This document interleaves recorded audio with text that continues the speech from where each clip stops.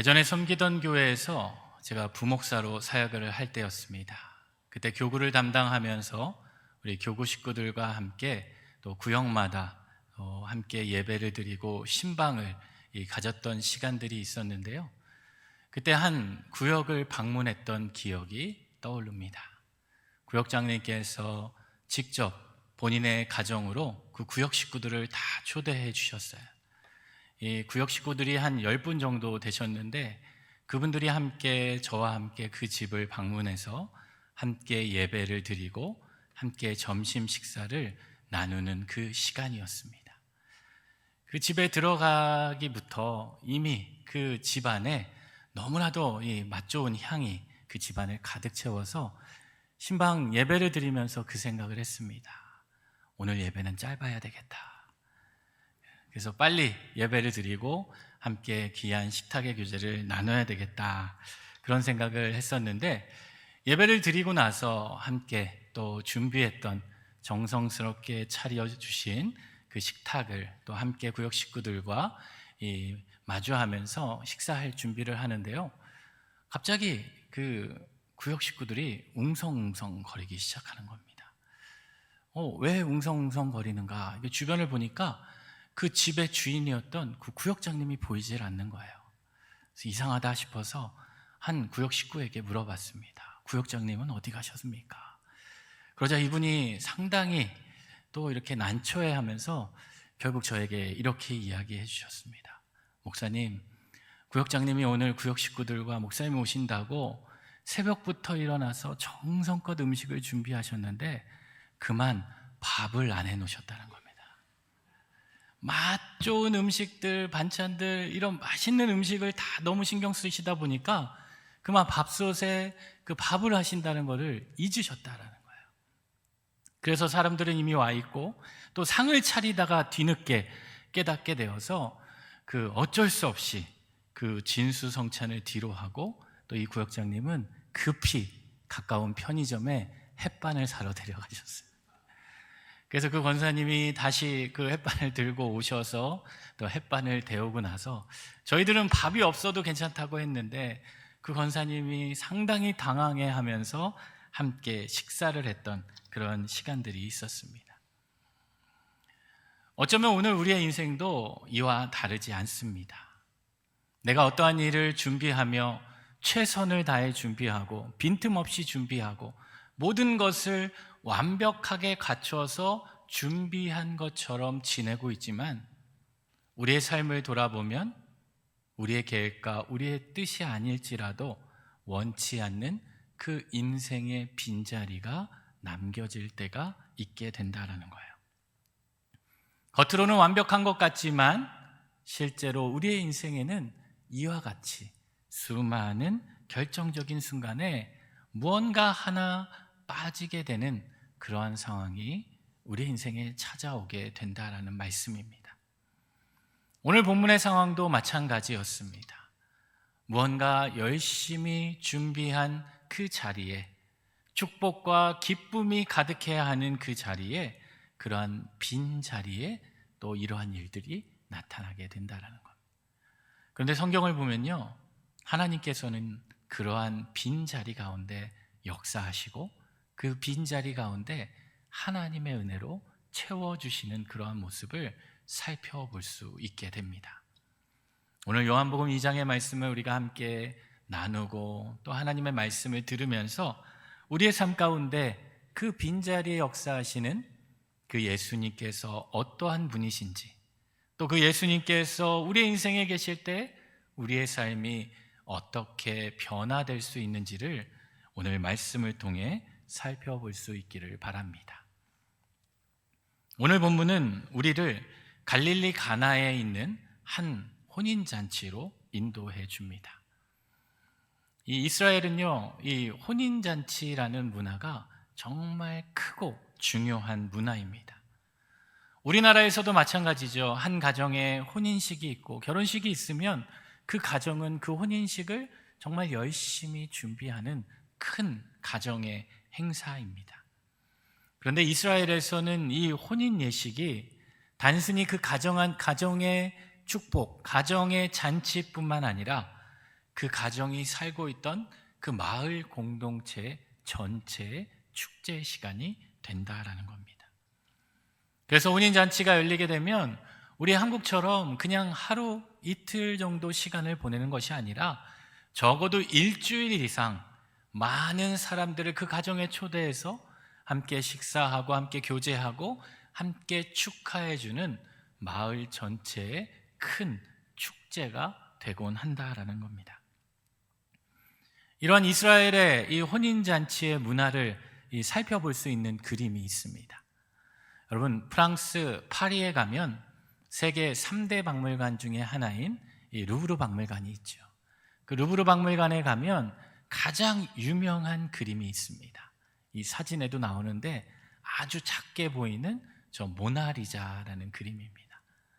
레오나르도 다빈치가 그렸던 이 모나리자, 가서 실제로 보면 너무나도 작고 정말 미술책에서 봤던 그 그림과 똑같은 그림인데, 이 그림 하나를 보려고 전 세계 각지에서 사람들이 몰려들게 된다는 거예요.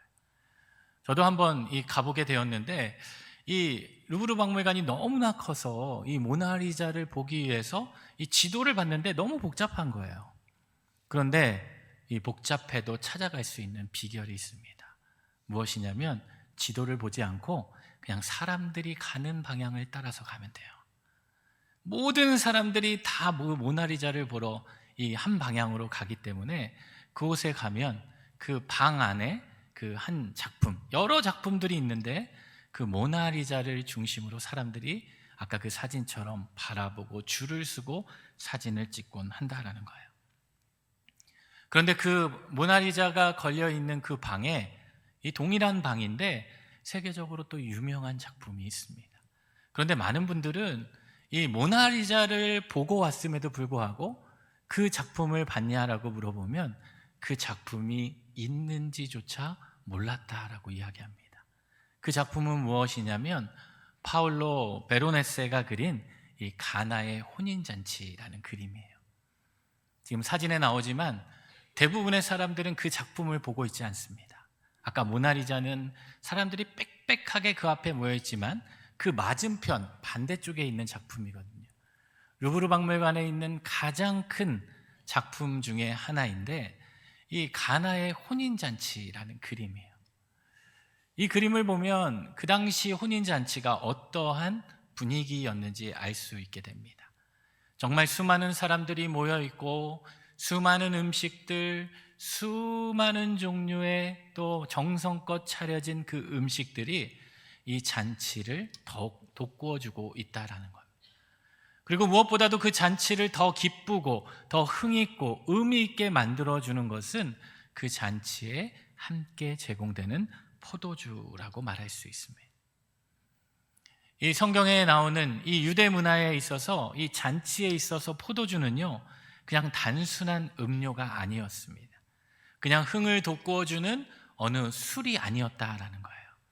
유대 문화, 특별히 혼인잔치에서의 포도주는 잔치의 기쁨과 풍성함을 드러내줄 수 있는 상징적인 것과 같다라는 겁니다. 시편 104편 말씀을 보면 하나님께서도 그 포도주를 향해 이렇게 이야기하십니다. 포도주는 사람의 마음을 기쁘게 하는 것으로 하나님께서 주신 선물과도 같다라는 겁니다. 그렇기 때문에 혼인잔치를 준비하는 주인의 입장에서는 풍성한 음식을 차리고 준비하는 것도 중요한데, 그것 못지않게 중요한 것은 좋은 포도주를 모든 사람들이 와서 함께 즐길 수 있도록 넉넉하게 준비하는 것이 그 혼인잔치를 준비하는 주인의 최고의 준비였습니다. 그런데 오늘 본문을 보면요, 이렇게 기쁨이 넘치고 풍성함이 넘치고 축복이 넘쳐야 하는 그 완벽해야 하는 그 혼인잔치에 예상치 못한 문제가 발생하게 되었다라는 거예요. 바로 그 혼인잔치에 포도주가 떨어지게 되고 말았습니다. 성경은 그냥 그 잔치에 포도주가 떨어졌다라고 단순하게 기록되고 있지만 실제 그 혼인잔치에서 포도주가 떨어졌다라는 것은 그 축제의 기쁨이 한순간에 망칠 수도 있는 심각한 문제였다라는 말씀입니다. 그런데 오늘 본문 말씀을 읽어보면 그 잔치에 포도주가 떨어지기 전의 상황을 이 성경은 묘사해 주고 있습니다. 아주 중요한 사실이라고 말할 수 있는데요, 우리 오늘 본문 1절과 2절 말씀을 우리 다시 한번 우리 같이 읽어보면 좋겠습니다. 사흘째 되던 날 갈릴리 가나에 혼례가 있어 예수의 어머니도 거기 계시고 예수와 그 제자들도 혼례의 청함을 받았더니, 그 혼인잔치에 예수의 어머니 마리아가 초대되었던 것뿐만 아니라 그 혼인잔치에 예수님과 제자들도 초대받아서 그 자리에 함께 있었다라는 거예요. 예수님께서 그 잔치에 포도주가 떨어진 다음에 그 문제를 해결하기 위해 불려온 것이 아니라 예수님께서는요, 이미 그 포도주가 넉넉한 그 상황 가운데에도 그 잔치에 함께 계셨다라는 것. 이것이 중요하다라는 거예요. 여러분, 우리는 종종 예수님을 우리의 삶에 초대하고 예수님을 의지하고 예수님을 부르짖을 때 언제 예수님을 찾게 되냐면, 우리의 인생 가운데 어려움이 있고 무언가 필요가 있고 무언가 도움이 필요할 때 예수님을 우리 인생 가운데 찾곤 합니다. 우리가 기도할 때를 한번 떠올려 보십시오. 내가 하나님께 기도할 때 내 마음이 평안하고 고요하고 안정될 때 기도하기보다는 내 인생에 어려움이 있고 기도 제목이 있고 무언가 내가 해결할 수 없는 그 문제가 있을 때 우리는 주님을 찾곤 한다라는 거예요. 제가 예전에 이 군 생활을 했던 시절이 있었습니다. 저는 학사장교로 복무를 했는데요, 학사장교로 육군 그 포병으로 이 장교 생활을 했는데, 한 주간에는 제가 포병 장교로 이 근무를 하다가 주말이 되면, 토요일이 되면 쉬게 되는데, 토요일 주일은 그 군에 있는 군대 교회에서 전도사로 사역을 하게 되었습니다. 그 군대 교회에는 군대 목사님이, 군목이라고 하죠, 목사님이 계셨음에도 불구하고 그 목사님께서 특별히 부탁을 하셔서 신학교에서 왔다고 저를 또 그 교회 교육 전도사로 세우셨어요. 그래서 주말마다 그곳에 가서 이 사역을 하곤 했는데, 이 군목 목사님께서 한 주간 자리를 비우시던 그런 시간들이 있었습니다. 출장을 가거나 여러 가지 사역들을 할 때 저에게 대신 그 새벽 기도를 부탁하곤 하셨어요. 그래서 한 번은 제가 한 주간 새벽 기도를 인도하는데, 그 교회가 이 새벽에 그렇게 많이 나오는 교인은 아니었어요. 한 20분 정도가 그 새벽마다 그 새벽 기도 나와서 이 참석을 했는데, 이상하게요, 제가 그 새벽 기도를 인도했던 주간에는 그 20명이 아니라 거의 60명 가까이 그 새벽 기도에 오신 거예요. 월요일, 화요일, 수요일, 점점 이 주말이 가까울수록 더 많은 사람들이 그 예배당에 나와서 뜨겁게 기도하는 모습을 볼 수 있었어요. 금요일쯤 되니까 정말 이 20여 명이 예배를 드리다가 한 60명이 나와서 예배를 드리니까 여러분 거의 3배잖아요. 3배 가까운 인원들이 예배를 드리니까 제 마음 가운데 어떤 마음이 있냐면 이 교만한 마음이 들었어요. 아, 이분들이 내가 설교한다고 이 새벽 기도까지 이렇게 나와주셨구나.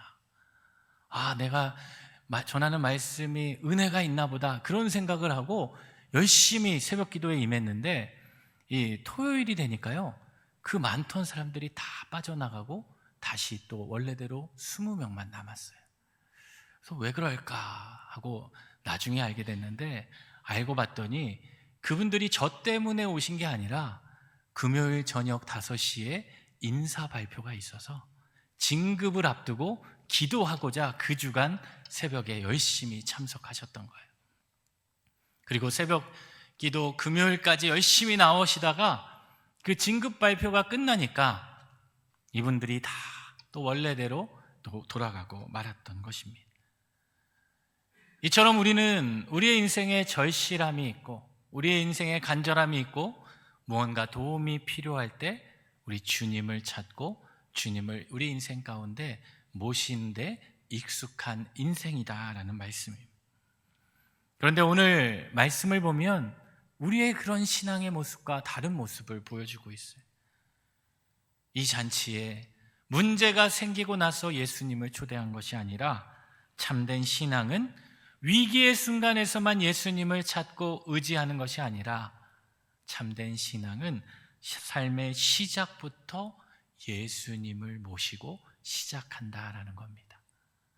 그 잔치에 초대된 예수님이 계셨기에 포도주가 떨어진 그런 어려운 상황 가운데 놓였지만 그 문제는 더 이상 문제가 되지 않았다라는 거예요. 잠언 3장 6절 말씀을 보면 이러한 하나님의 말씀이 있습니다. 너는 범사의 그를 인정하라. 그리하면 내 길을 지도하시리라. 범사의 그를 인정하는 것이 무엇입니까? 범사에 예수님을 우리 인생에 초대하는 것입니다. 내 삶 가운데 필요할 때만, 도움이 필요할 때만, 어려움이 있을 때만 예수님을 내 삶으로 초대하는 것이 아니라 범사의 그를 인정하라. 나의 상황이 어떠하든지, 나의 형편이 어떠하든지 우리의 삶의 모든 자리에서 예수님을 시작부터 모시는 삶이 바로 주님을 인정하는 삶이다라는 말씀입니다. 새해를 시작하는 이 신년 주일에 우리 마음 가운데 그러한 믿음의 결단이 있으면 좋겠습니다.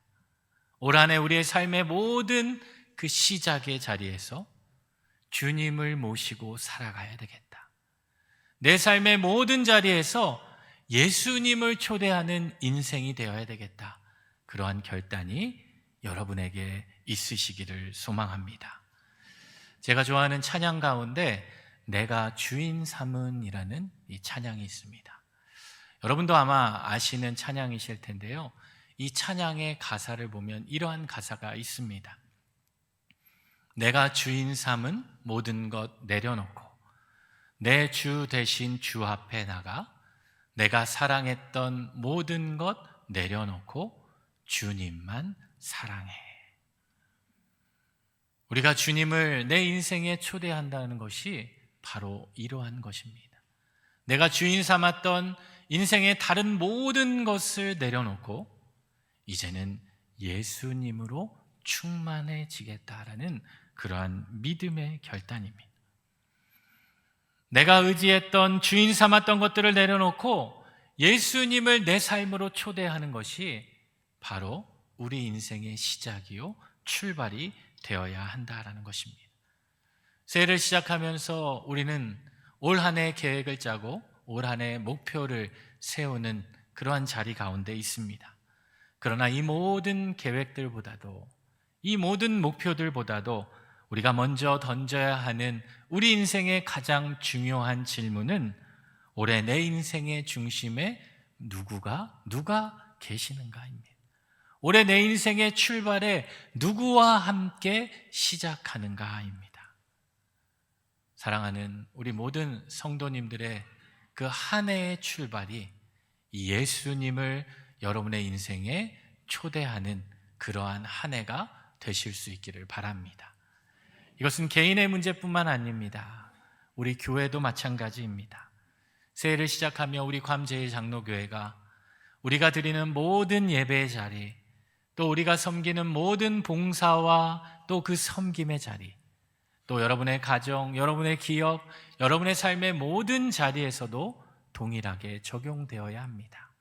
우리의 시작이 다른 것을 붙잡고 다른 것을 의지하고 시작하는 자리가 아니라 예수님이 초대된 그러한 자리가 될 줄로 믿습니다. 예수님이 초대된 자리는요, 어떤 문제가 찾아와도 두려워하지 않는 자리입니다. 어떤 어려움이 찾아와도 흔들리지 않는 자리입니다. 올해를 시작하며 여러분의 인생에 예수님을 초대하는 그러한 믿음의 결단이 이어질 수 있기를 바랍니다.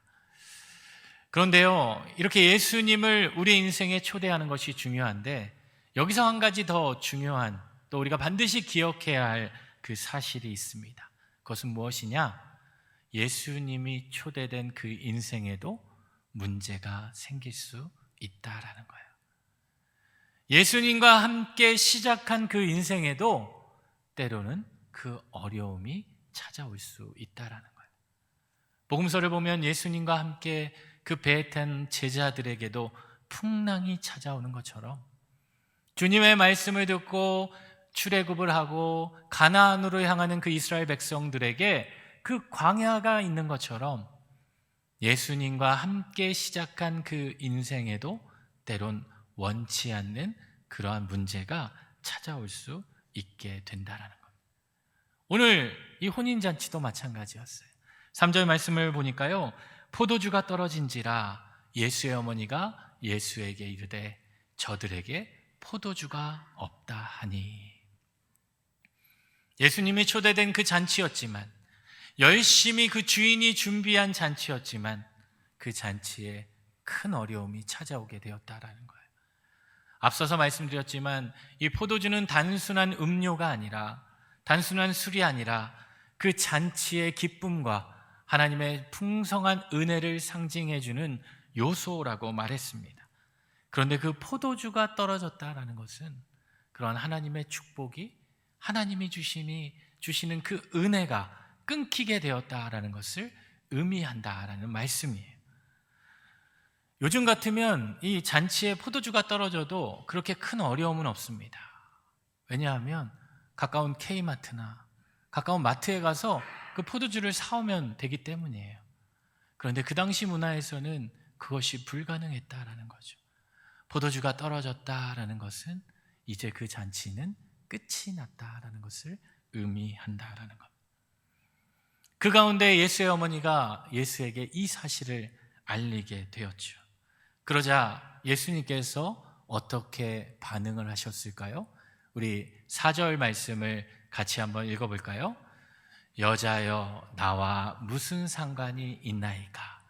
내 때가 아직 이르지 아니하였나이다. 참 예수님의 이 답변이 묘합니다.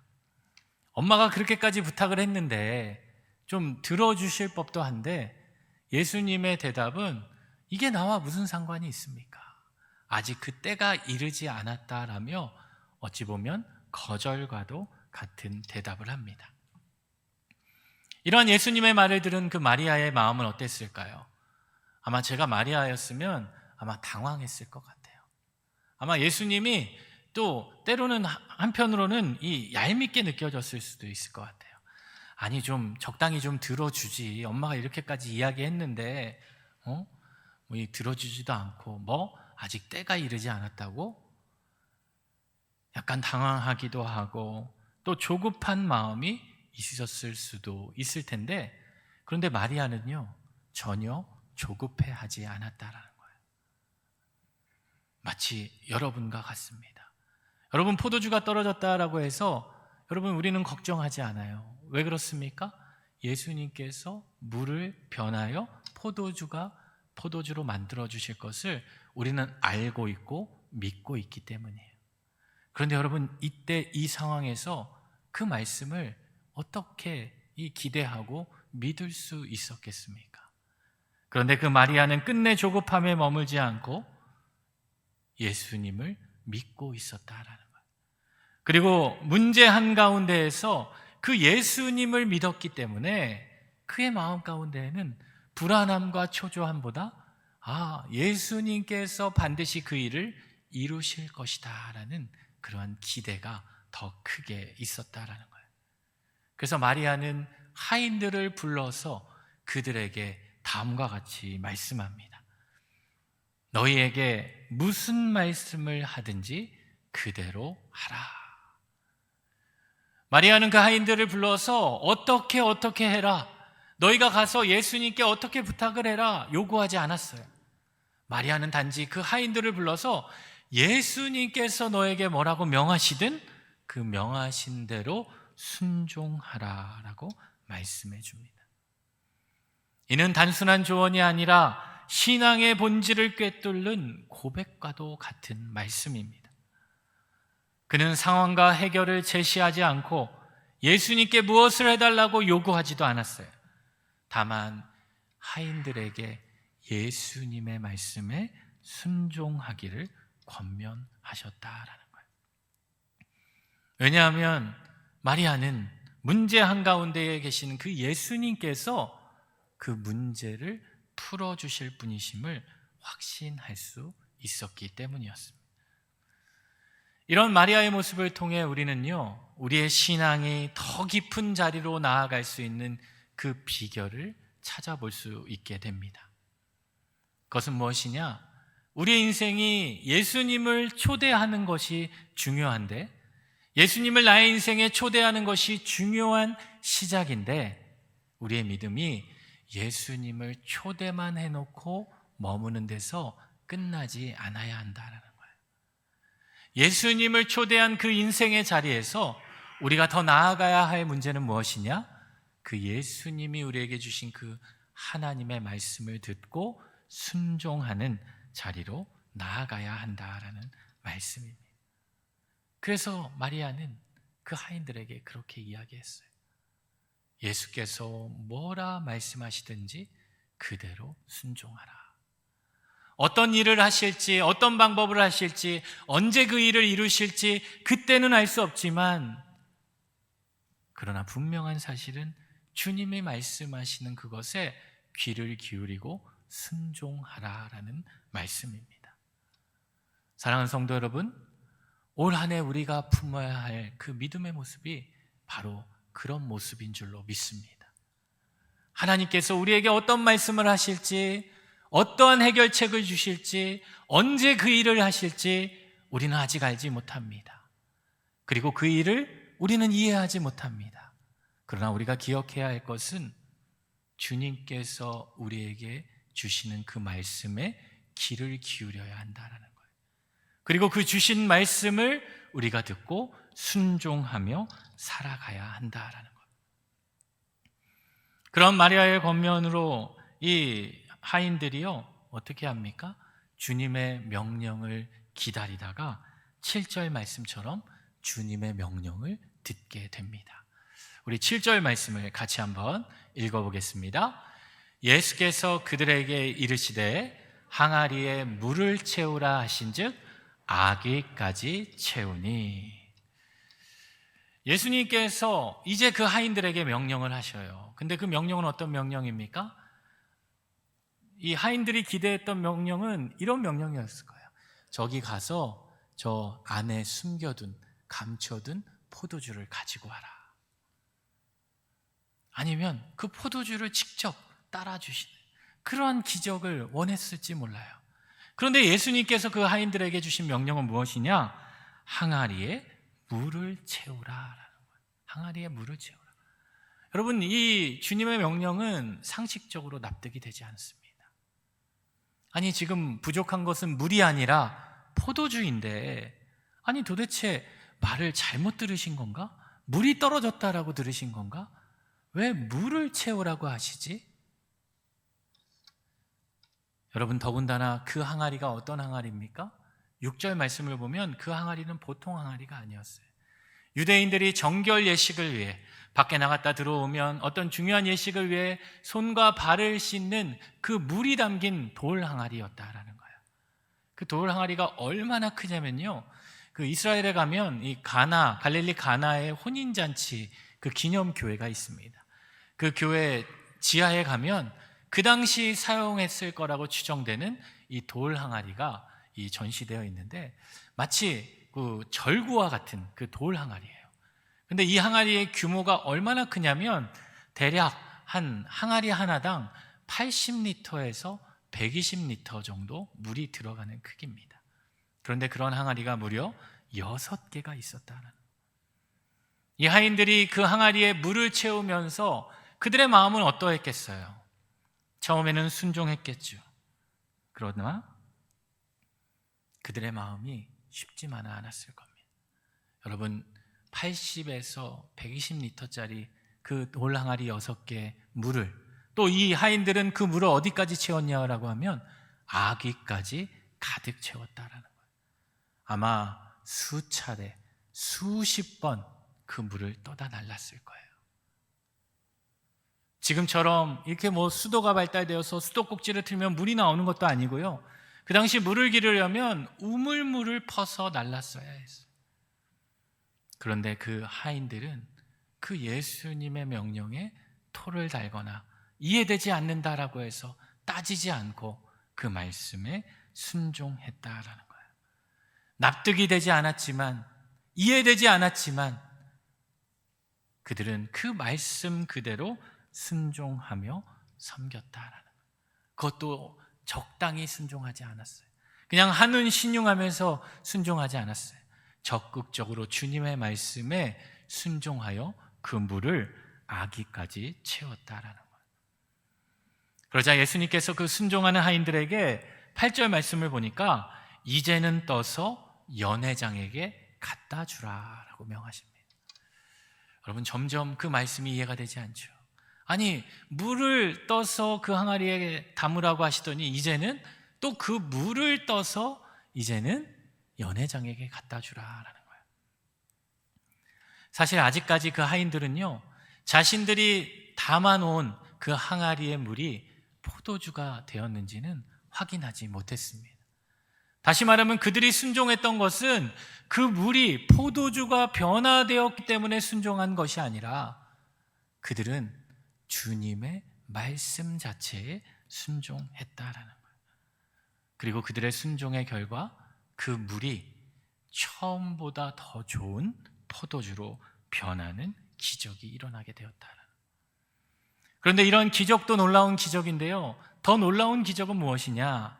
9절 말씀을 보면 이 물이 포도주로 변하는 놀라운 기적 앞에서도 그 연회장은 그 기적을 깨닫지 못했다라는 거예요. 아마 그 연회장은 그 포도주를 맛보고도 어딘가 주인이 다른 사람들이 감추어 두었던 것이구나, 어디서 구해왔구나, 그 정도로 생각했을 것입니다. 그 연회장은 놀라움을 보았을 뿐 그 놀라운 기적의 근원은 알지 못했다라는 거예요. 그리고 그 기적은 누구만 깨닫게 되냐? 그 물떠온 하인들만 깨닫게 되었습니다. 사랑하는 여러분, 우리의 삶 가운데 많은 기적이 일어나고 많은 은혜가 일어나게 되는데요, 그것이 기적인 줄 알고 그것이 은혜인 줄 아는 것도 바로 놀라운 기적인 줄로 믿습니다. 그리고 그 기적은, 그 은혜는 누구만 깨닫게 되냐? 주님의 말씀에 순종한 자들만 그 삶 가운데 나타난 그 기적을 경험할 수 있게 된다라는 말씀이에요. 오랫동안 전해져 내려오는 일화가 있습니다. 영국의 낭만 시인인 이 고든 바이런이라는 사람이 영국의 캠브리지 대학에 다니던 시절의 이야기입니다. 그가 종교학 시험을 보고 있는데 기말고사 이 문제로 이런 문제가 나왔다라고 합니다. 종교학 시험이니까 여러 가지 종교를 공부했던 것 같아요. 그 가운데 특별히 기말고사 문제가 이런 문제였어요. 요한복음 2장에 기록된 예수님께서 물을 포도주로 만든 이 기적에 대해 논하시오. 여러분에게 종이를 한 장씩 나눠드리고 이것을 논하라고 하면 여러분 어떠한 일들을 기록하겠습니까? 아마 내가 알고 있는, 또 내가 경험하고 있는 그런 일들을 이렇게 열심히 기록할 거예요. 학생들이 그 시험 시간 안에 그것을 다 써내야 하기 때문에 좋은 점수를 받기 위해서 시작부터 열심히 기록을 하기 시작합니다. 그런데 이 바이런은 그 답안지에 아무런 기록도 하지 않고 그냥 이 문제를 보고 또 창밖을 보면서 그냥 생각을 했다라고 해요. 그리고 이제 시험 시간이 얼마 되지 않아서 이 바이런이 한 문장을 그 답에 썼다라고 합니다. 그가 쓴 답은 다음과 같습니다. 물이 주인을 만나니 붉어졌더라. 물이 주인을 만나니 붉어지게 되었다라는 거예요. 물은 결코 스스로 붉어질 수 없고, 물은 결코 스스로 포도주로 변화될 수 없지만 만물의 주인이신 예수님을 만나니까 그 물이 붉어지고 포도주로 변화받게 되었다라는 말씀입니다. 사랑하는 성도 여러분, 우리 인생도 그렇습니다. 우리의 인생은 물과 같이 그냥 평범하고 단순한 인생처럼 여겨질 수 있어요. 그리고 우리 인생 가운데 이런 포도주가 떨어진 것 같은 그러한 문제 속에서 내가 이 일을 어떻게 해결해야 될까? 내 일을 어떻게 이겨내야 될까? 전전긍긍하며 주님의 은혜를 구하며 살아갈 수 있습니다. 그러나 놀라운 사실은요, 물이 주인을 만나 붉어진 것처럼 우리의 인생도 예수님을 만나게 되면 우리의 인생도 물과 같은 연약한 존재일지 모르지만, 물과 같이 보잘것없고 미약한 존재일지 모르지만, 우리 인생도 예수님을 만나게 되고 예수님을 우리 인생에 초대받게 되면 우리의 인생도 붉어지는 그런 포도주로 변화되는 놀라운 기적을 경험하게 될 줄로 믿습니다. 그래서 우리의 인생 가운데 주님을 초대하는 믿음이 필요합니다. 우리의 인생 가운데 초대된 그 주님의 말씀으로 우리의 삶을 순종하는 그러한 믿음이 필요하다라는 말씀입니다. 사랑하는 성도 여러분, 올 한 해를 시작하는 또 이 신년 감사 예배를 드리며 우리의 마음 가운데 또 그러한 결단이 있으면 좋겠습니다. 올 한 해도 나의 삶에 다른 것이 아니라 예수님을 초대하는 인생이 되어야 되겠다. 그리고 나의 인생 가운데 임하신 그 주님의 말씀에 내가 귀를 기울이고 내 뜻과 다를지라도, 이해되지 않을지라도, 납득되지 않을지라도 그 주님의 말씀에 순종해야겠다라는 그러한 결단이 있으시기를 소망합니다. 물이 주인을 만나 붉게 변화된 것처럼 저와 여러분의 인생도 예수님을 만나 포도주와 같이 세상에 기쁨을 주고 잔치의 축복을 전해주는 그러한 귀한 사명을 감당하는 믿음의 성도님들이 되시기를 우리 주님의 이름으로 축원합니다.